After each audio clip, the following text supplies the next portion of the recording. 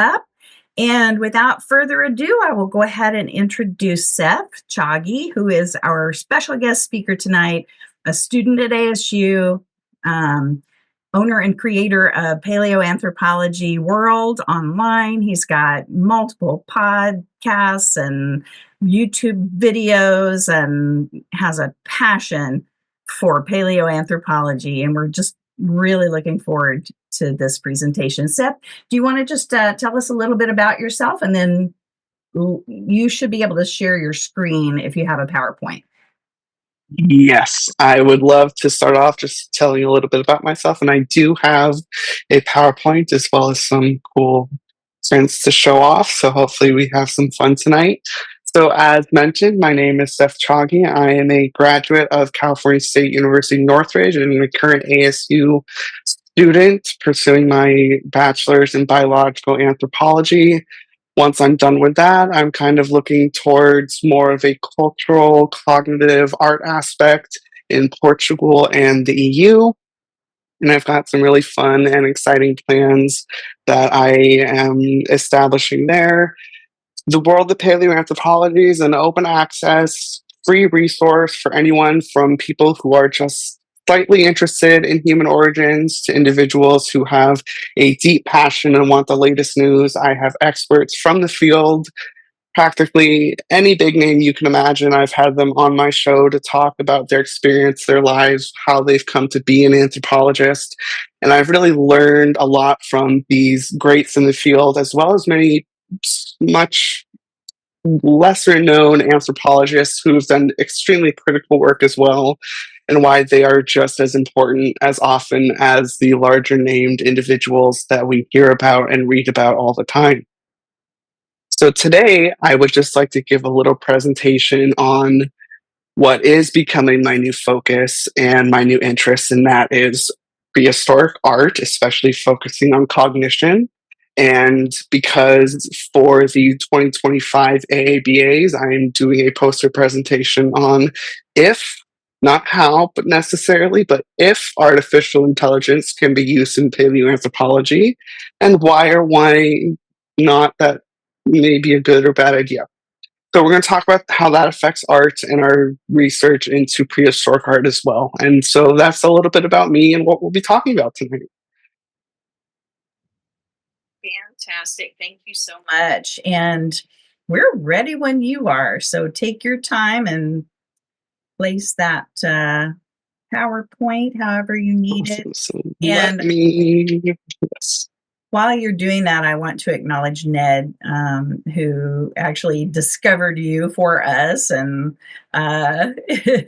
he was really excited about what he was learning from you and your presentations. So Ned, thank you so much for that. We really appreciate it. He operates our Human Origins cart along with several other amazing volunteers that love sharing about human evolution. And this is great. Thanks again, Ned. Appreciate it. Okay. Now, if you guys can do me a favor and tell me which part of my PowerPoint you can see, because I have 3 screens and I don't know which one you're looking at right now. It says, welcome the audience and introduce yourself. Presentation notes, slide 1. All right, so you guys are looking at the wrong one. We're seeing yours. Yeah, you're seeing mine. Okay, let's try that again. Okay. All right, now I'm seeing from deep history to artificial intelligence and art in between. How does art reflect cognition? Okay, we might be doing this a little different than I planned. Can I? Okay. Does anyone know how on a Mac and key? Wait for it. Oh, okay. Look at that. Yeah. Action. That's right. All right.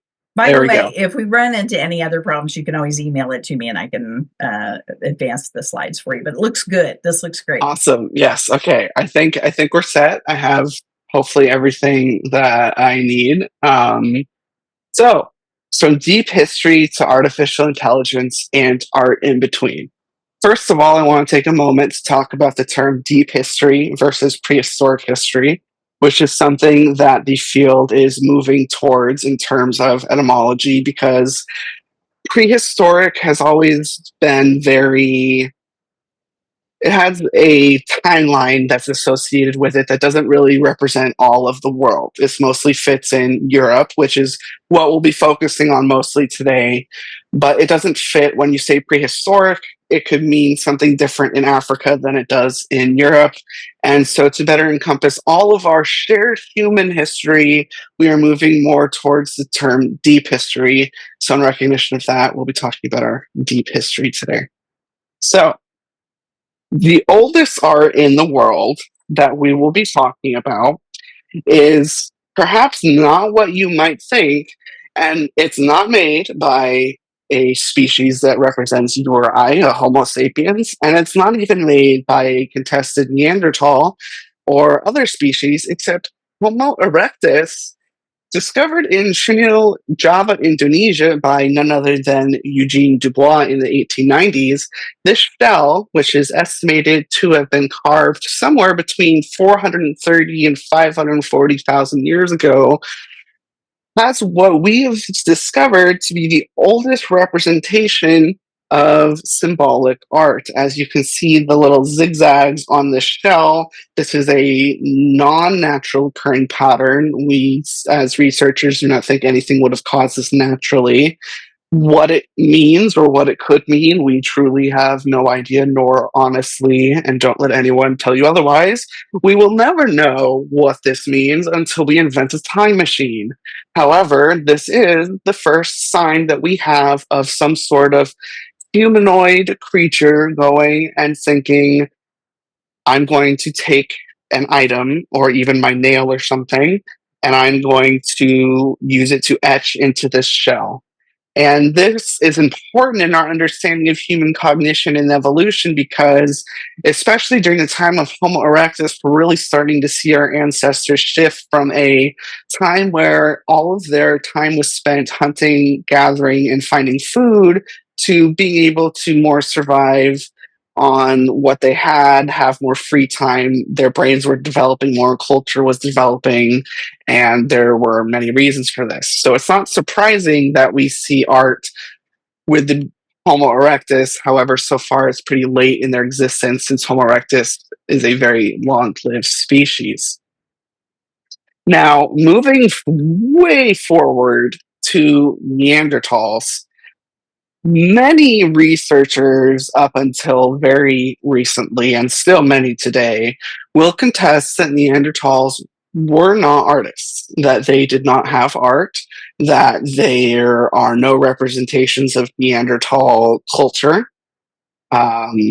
There is a new book out. I'm not going to name names, authors, or anything, but there seems to be sides still going on in this Neanderthal debate. We have one side that's they were cultural, they were very human, they were just a different species than we were, they saw the world differently, but they were still human. And then we have they were very animalistic, they were a humanoid species, but their cognitive abilities were nowhere near as complex as one might think theirs would be compared to ours. However, and I can't give specifics, but this is one of the fun things about my position as a science communicator and being able to talk to the people that I talk to, is I get told a lot of things behind the scenes. And again, I'm not going to share anything I can't, but what I can say is I am on Team Neanderthal. Neanderthals, in my opinion, made art. We have very strong evidence that Neanderthals made art from Raman spectrometry and radiocarbon dating to Newtonian dating. We have quite a vast amount of evidence, as you can see on the screen. I won't read through and list all of them. I hate reading PowerPoints, but we have examples from Spain, Germany, and other areas in the surrounding environment that I won't explicitly go into, but Neanderthals have been present there for a very long period of time, and their presence has been left just because we have not found beautiful pieces of art that we associate with modern Homo sapiens, such as Chauvet or Lascaux, does not mean they were not there. I think when we're thinking about human cognition, we need to take a step back, and we do need to think, and this is, we talk about this in the finale of my podcast, the Paleo Post podcast, which comes out, I believe, next week. So many people believe in ancient aliens. It's not, unfortunately, and how they're contributed to our history, and we get fielded many questions on how aliens were involved in cave art and whatnot. And one of our co-hosts, Dr. George Nash, came up with a very good point. Aliens were involved in cave art, but they were Neanderthals. They weren't from outer space. You have to think, these humanoids, they are aliens. We don't know how they think. We never will know how they think. Their way of seeing the world is, or was, truly different than ours, and we have lost the ability to understand how they saw the world.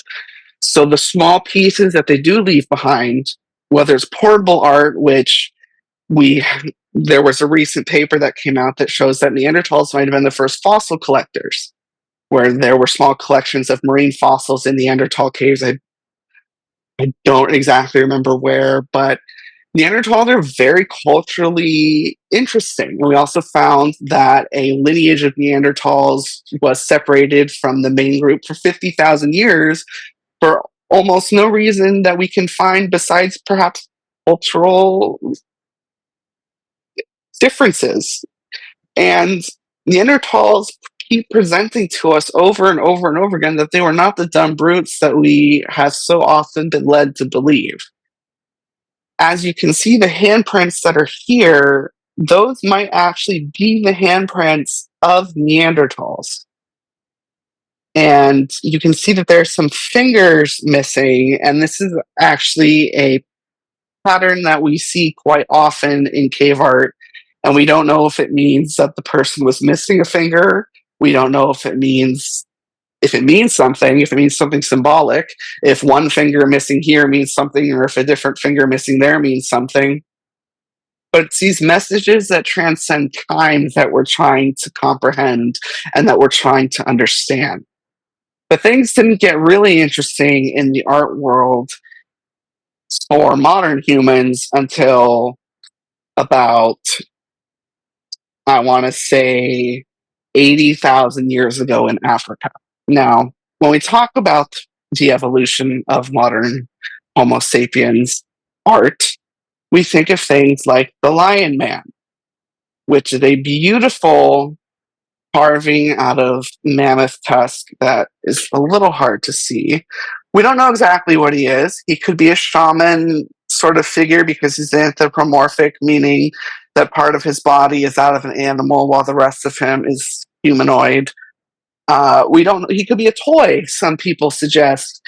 Many researchers don't think humans, even 30,000 years ago, would be spending so much time carving a toy when there was food to be gathered, animals to be hunted, and other cultural situations to be evaluated. So perhaps toy making was not the highest on their list, but it is interesting to think that something such as exquisite as this horse, and I always get the name wrong, Veilberg horse. I made a whole video and I got the name wrong the other day. Here's him blown up 3.5 times. This is the actual size of this carving. Again, made out of mammoth tusk. 27 to 35,000 years ago, we start to see portable artifacts appear across Europe. And of course, we see the Venus figurines that are throughout Europe in many shapes and sizes. They could have been necklaces, they could have been amulets. Some believe they were a form of a fertility cult, others think they were completely non-religious or spiritual. And of course, we see caves painted, unlike we have seen previously. We have Chauvet at, I think, 37,000 years old at this point. It keeps getting redated. We have Lascaux, and we have Altamira. some of the big main three caves that you'll hear about quite often when you're talking about high modern human art. But there's a problem with this, and the idea that art just suddenly appeared out of nowhere in Europe is a idea that is slowly being tapered down, and that's a good thing because there's plenty of art in Africa, where our ancestors originated from. The site of Kisese II in Tanzania, where Mary Leakey did years of excavation, shows signs of shamanism, ritualistic cave art, and many of the people in Africa had very, very detail oriented and specific rock art and cave art traditions that continue to this day in some areas. What's interesting, of course, that you always have to keep in mind is the landscape, the geography, what pigments were available, what areas were available, and what the people were going through at the time, and why certain art would appear in certain areas. For one example, our news article recently came out of Israel saying that there was no cave art in Israel, and this was why. That day, we debunked that article because my co-hosts, who are part of the First Art team, which is a team that goes around the world finding just that, have found multiple caves with art in it themselves. And really, the difference is that Israel just didn't have large animals for them to draw on the walls. But we need to change our definition of what art means, what it means to be representative, and what it means to be symbolic, because human cognition goes beyond, I saw a horse, I'm putting a horse on the wall. Things are much more enveloped. We have 3D maps. It was announced in the news 16,000 years old in France, a map that is actually 3D of the surrounding environment and landscape. And we're just continuing to find gaps in our knowledge on Paleolithic art, whether it's in Europe, Australia, or Africa. But efforts in partnership with indigenous peoples, especially in Australia and Africa, are really helping us enlighten our ideas on what art and rock art culture means. And one question that's often asked is, why do we find rock art and cave art only in caves, or why is it so few? And just to briefly talk about that, it's because they're protected.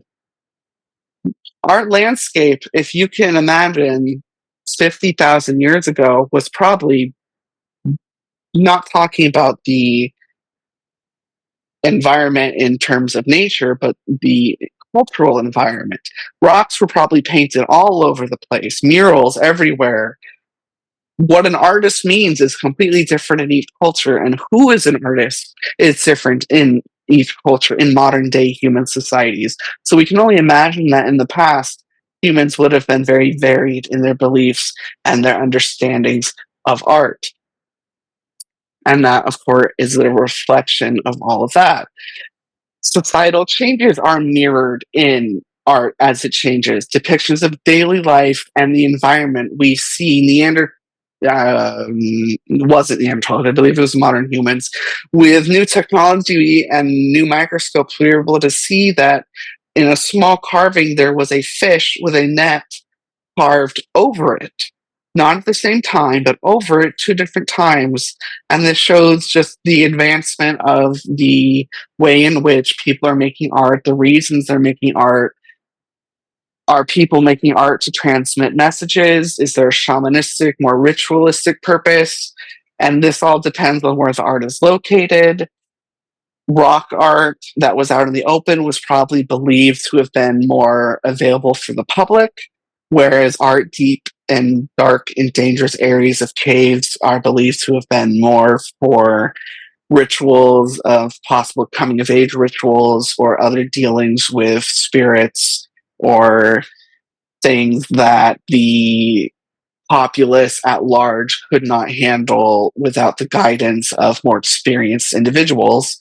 Here we have examples of some very early art, and you can see that the shell from Homo erectus is up on the left, They all have very similar engravings, even though we're moving from almost 600,000 years ago on the top left to about 60,000 years ago on the bottom from Bloembos Cave in South Africa.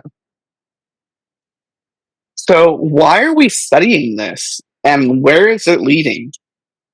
So, art is one of the ways that we can look into the human brain without having someone sitting in front of us.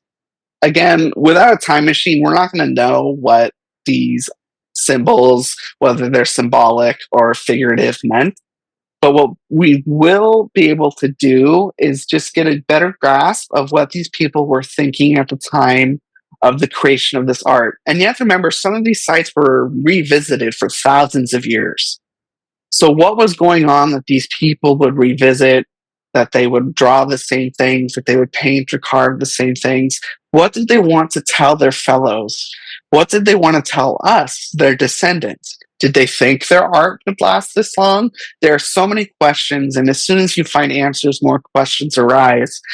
And that is what drives me forward in wanting me to do my PhD research in Europe, is because while there's so much going on in Africa and the very beginnings of art, something does happen in Europe where, and maybe it's our interaction with Neanderthals that makes our art all of a sudden go from symbolic to Chauvet style and Lascaux, and something does happen to create high art, and it's a very interesting intersection.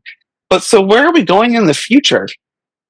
So this image on the right is completely AI generated. To some of you, that might be very obvious. To some of you, it might be less so.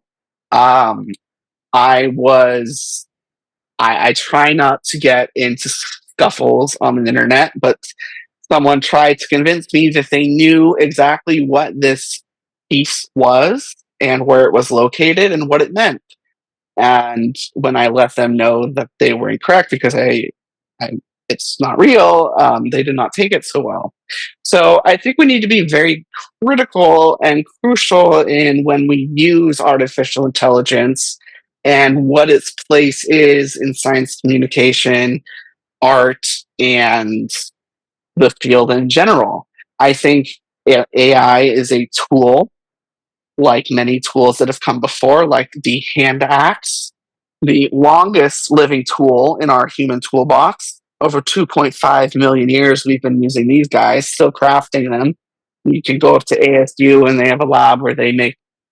They have another one, a real one. Here's a better one. I got this one from ASU when I went to visit in person. Very nice gentleman. Did he pass his dissertation? Possibly, Dr. John now. Very nice gentleman, very good front napper. But where are we going with AI? And do we need to ignore it, or do we need to accept that it is coming and we need to learn how to best use it so we don't get replaced by it? And I think there are some artists out there, York, for one, as eccentric as she is, I think is making a new album involving AI, and there's some interesting ways that people have used data to represent it in a very visualistic way. And what would our ancestors have thought of AI art? Would they have used it? Would they have used it as a tool because it's at their disposal? Or would they have decided that maybe it should be avoided due to its downfalls? One thing that is clear is that we are at a point in our history, in our future, where we have to decide, do we accept what's coming in front of us? Do we go with the coming wave and change with the culture as humans do? Or do we drive and innovate in other ways? And what are these impacts like technology on our artistic expression? Because that's something that we don't want to ever be lost, is what makes us human. And I don't think that's something that ever will be lost as long as we keep sight of it. And this here is another co-host of the podcast, Genevieve von Pexinger, who's doing some exciting work in the deserts of the UAE and some news to come out of there. there's so much artwork out in the desert that people don't think were ever even inhabited. So when we talk about Europe and Australia and Africa, there are so many parts of the world that AI is helping us find art and use technology to discover what art means, and the future is quite bright. And that is about the end of my presentation. If any, and I'm happy to take any questions at this point. Although I don't know how I want to do that, what the best way to do that is. Thank you so much. Let me turn my camera back on. There we go. So everyone is able to unmute. So feel free to either use the little, hand raising option at the bottom of the screen for, under reactions, or just unmute yourself and ask questions. So Howard has his hand raised, and Howard, go ahead. What is your question for Seth? Great talk, Seth. I do the human origins table. I have a background in evolutionary anthropology as well, and one thing I've kind of had drilled into my head is one of the big differences between humans and other animals is our pro-social nature, how we can cooperate on a massive scale with hundreds of thousands of complete strangers, and that seems to be one advantage that we have compared to other animals and maybe even our ancestors.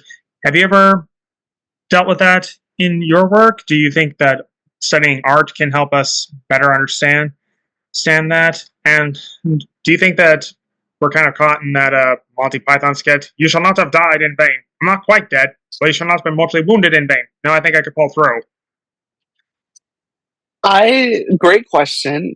I think humans, we're definitely not the only social animal. I think that's a little, definitely at large. And I don't remember whose law it is, but there's this researcher who came up with this number that every social animal can associate with the maximum amount of other individuals that the individual can have within its prime circle. And humans have the highest at like 157 people that you can actively always keep in mind of what's going on with them. Dunbar's number. Yes, there we go. Dunbar's number. So I think it's like 157 is for modern humans, which is the largest that we know of to my knowledge. I could be incorrect. 250 might also be, yes. So anyway, that's a lot when you think about it. But when you also think about it, my graduating class at my high school, which was the largest that they had in years, was 2,500 people. So how was I supposed to know everyone even in my graduating class? Now, this does bring huge advantages to humanity, although if you look at how we're managing the planet, I'd say it also brings a lot of negatives. I think if we were, as a species, to come together and use our social ability for a single purpose and that's why I do what I do, is I want us to learn from our past so we can provide everyone with a better future. So if everyone can learn from our past, learn from our shared history, learn from our deep history, and we can all work towards similar goals, I think we'll be in a much better place. I think our social nature can help us benefit from that. But our social nature also gets us into conflict, and currently that seems unavoidable. But I think it also being social could be our salvation. Thank you. Thank you so much. I see that Chad has his hand up. I have one quick comment and two questions. The quick comment is just that we can think in terms of managing the planet is a pretty amazing concept for human beings to go from scratching lines on a shell to thinking in terms of managing the planet in a very short period of time. My other question is, where did you get the replica of the Lion Man statue? And then my final question is, I'm Team Neanderthal. what would be required really to settle that debate? Like what's the sticking point? Because for me, the evidence is to me it seems fairly overwhelming. So I'm curious, what's the sticking point, and how does that get overcome? So first, to answer your questions in the way that I remember them, the Lion Man, I have a gentleman who is extraordinarily kind and has, like, I don't even know, he has like the best 3D printers that are out there. And he came to me one day and he asked if I need anything. And since then, he's been printing things for me. And one day I asked, I don't know if you'll be able to find this, but can you find it? And a week later, he found it somewhere and printed it for me. And it came like 3 days ago. So it was perfect timing. And it's now one of my favorite pieces. So I don't know where the file came from. I know it was open source for most of them. Some of my files I do get from professors after requesting them. Usually, if it's not for resale and for educational purpose or personal purposes, professors will let you use their STL files. So keep that in mind. As to your comment about Neanderthals, you know, I 100% agree with you. I'm on your side there, where we have enough evidence, in my opinion, that Neanderthals made art, they had culture, they had. What is it going to take? And I think it's going to take people seeing the same evidence, because for some reason, and there's literally two books in my mind that you'd read them and you'd think you were talking about two different hominins, and they're both about Neanderthals, and they're both well written, but they give vastly different views and opinions. And just from what I know from behind the scenes, hard empirical data is going to be the only thing that convinces certain people. And those sets of data are coming. They're just slow in the coming because there aren't that many people working on it. It's a slow area of the very already niche field. And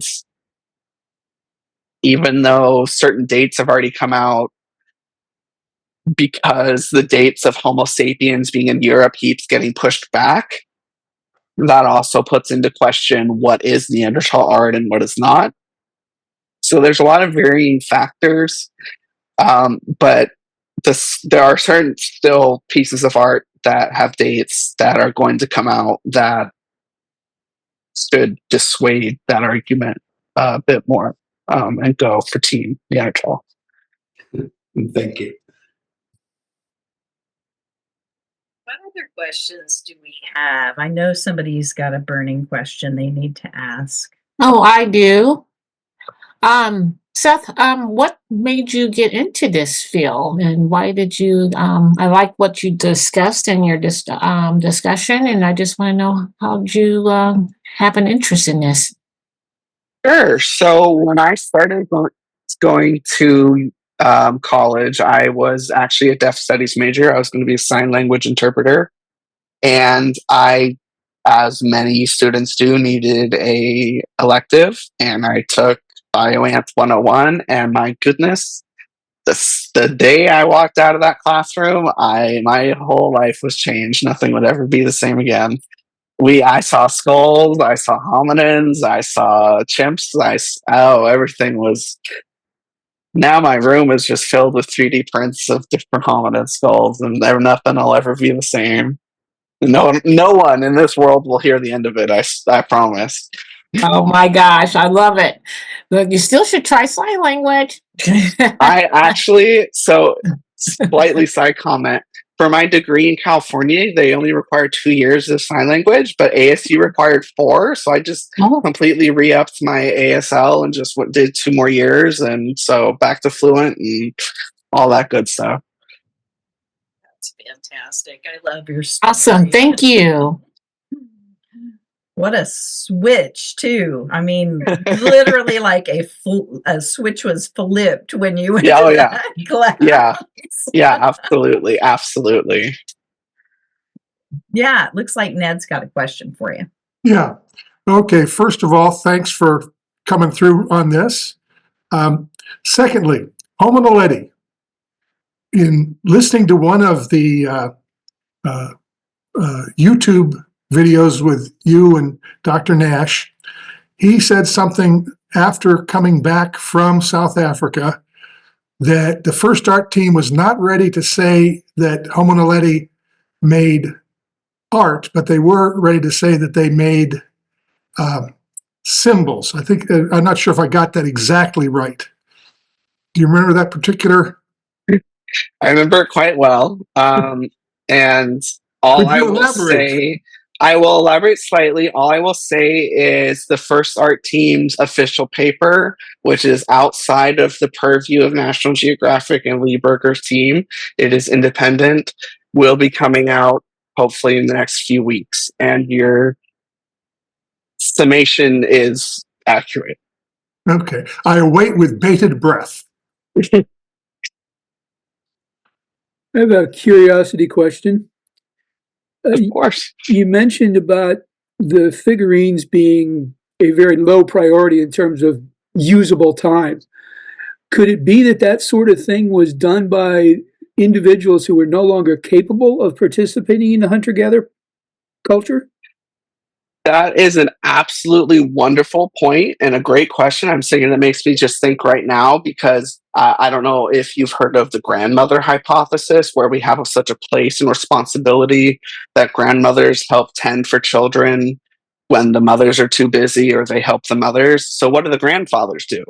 Well, maybe they're carvers, maybe they're making stone tools, maybe there's that's absolutely a very valid point that people who were not actively gathering resources, which was always the main job, both by men and women, would be either in their spare time or individuals who couldn't. It absolutely was very potential, I think, for them to be making these carvings. We do not know who made these carvings, and that is actually what I am specifically want to be doing is scanning these portable pieces that are just sitting in museums that no one's looked at and see if what we can learn from them.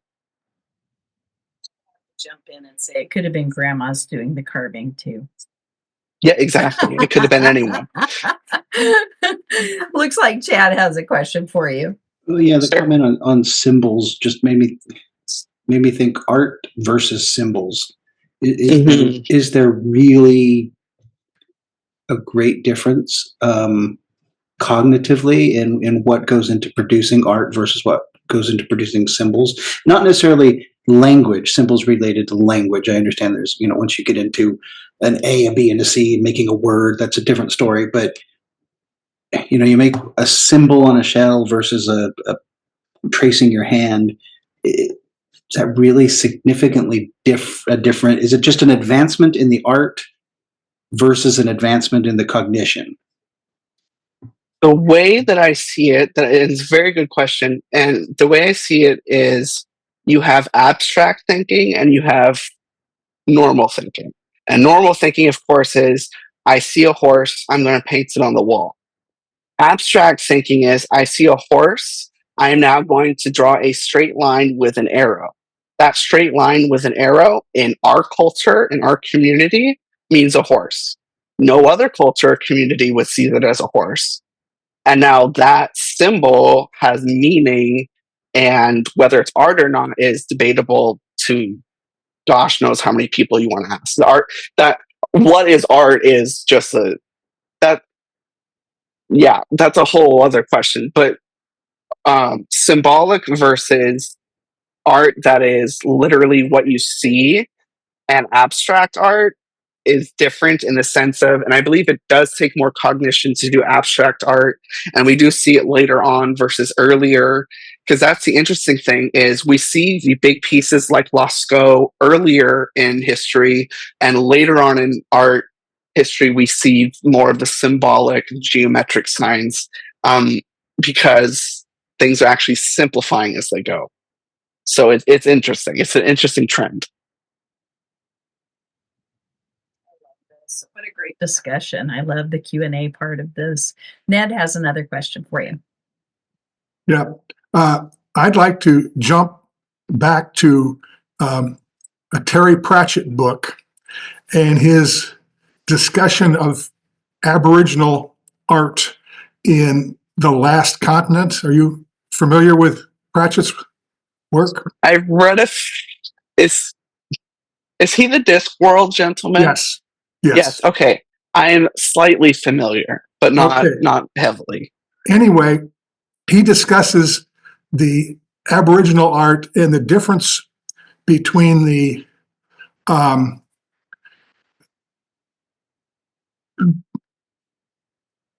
putting down the essence of what you see as opposed to a pictorial, being a camera with a paintbrush, and the use of perspective.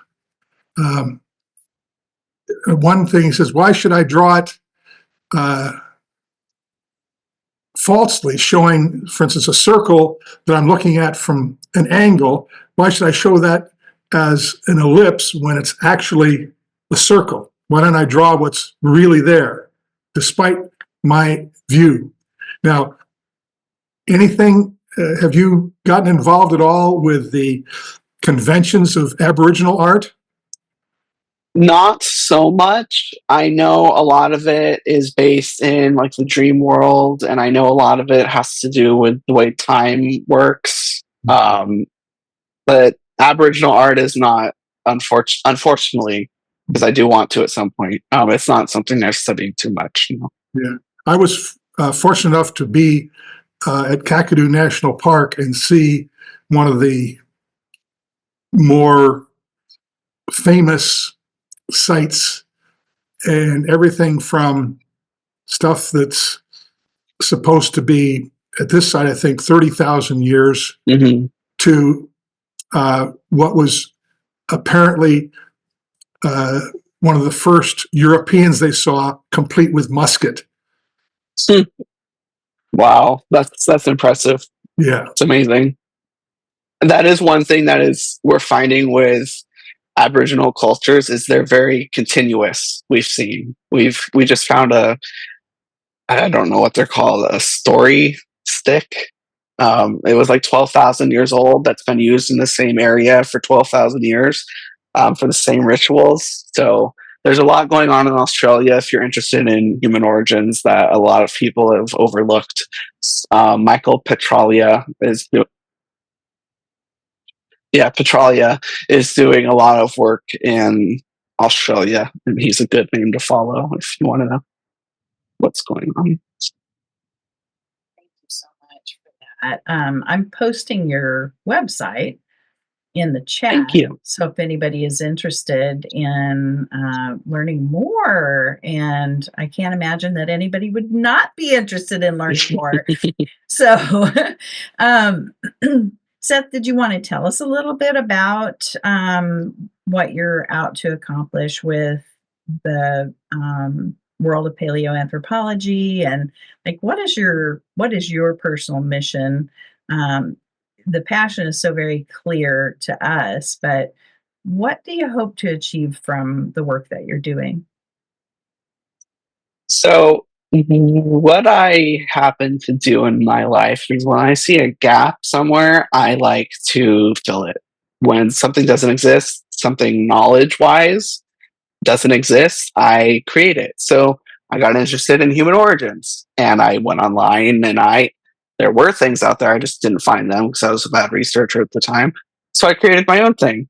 And it slowly grew, and I realized that a lot of people were not tuned in to popular culture or media about human origins because science in all fields has this and going forward, this is going to be a very big problem. This disconnect with the public, and science communicators are very needed. And I kind of just got this idea that, frankly, I wanted to be like the Bill Nye or Carl Sagan of paleoanthropology, where just the field was just so interesting to me. Every aspect of it, and this is why pinning down a PhD for me has been a nightmare. But finding or just loving every aspect of it and wanting to share it with people, because I feel if we all just realize we have so much more in common than we do differently, while acknowledging those differences, because cultural differences make us who we are. They make us special. They make us different, because if we were all exactly the same, we'd be pretty boring. but we do have more in common than we have different. And if we could recognize that, we could move forward. A lot of the world's problems could be solved in more easy fashion. I feel they wouldn't disappear overnight. But I feel like if we have a more educated base, if my generation knows more about where we come from and passes that down, slowly we can start repairing what's happening. The world of paleoanthropology is big on TEK, traditional ecological knowledge, working with indigenous groups, and just trying to work on how we can solve the modern day problems that humans face by using ancient knowledge, modern technology, bringing them together and doing it in a way that's not only open access and free, but just easy and fun to access as well. Because if things aren't fun, and I'm exactly the same way, I don't do them. So if I'm not entertaining, if I'm not fun, why should anyone listen to me? And so that's how I view it, at least.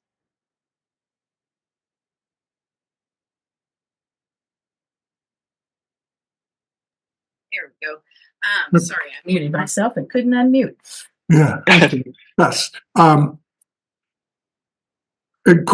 your last stuff, you're definitely preaching to the choir here. Everybody that I'm aware of here, and I'm sure the ones that I don't know personally, is pretty much following that same path. Not quite as large an audience as you have managed to build the access to, but I'm only getting to do this after I retired. You're lucky. You're doing it as your life's work. I do feel very lucky. Yes. I'm going to throw in there too that this is a nonprofit. Is that correct? Not officially. I'm working on that designation. I'm working on I want to finish this BA, and then I'm working on expanding into doing more things like this, going into classrooms. This is going to more museums and getting that nonprofit designation officially, and just really bringing education to every forefront I can. I'm in collaboration with the Leakey Foundation and the American Association of Biological Anthropologists. We've collaborated on a few things, so working on it. Yeah. So you would not say no if somebody wanted to donate to your site? No, and it all and it all goes towards you're self-funded. Yeah, it goes towards website costs, maintenance costs. There's a lot of costs associated with running around and doing these things, but I just had to, like you a little bit there. So. Well, I appreciate that, of course, and it's of course, Seth has been kind enough to do this for us, and museum is paying a small speaker fee. But if anybody did want to contribute, you can do so on his website. There are a lot of really cool notes in the chat. Sorry, my throat's. So Chad posted a puppeteer video. Somebody signed up for your site already. ASU offers 3D printing, all kinds of stuff there. So check it all out. It's time for us to end our meeting today, but such a great presentation. Thank you so much for your time. And we'll look forward to having you back again one day. Absolutely. I look forward to it. I'd be back any day. All right. Thank you all for coming tonight. It was great seeing your faces and sharing this presentation with you. So have a wonderful rest of your week, all of you.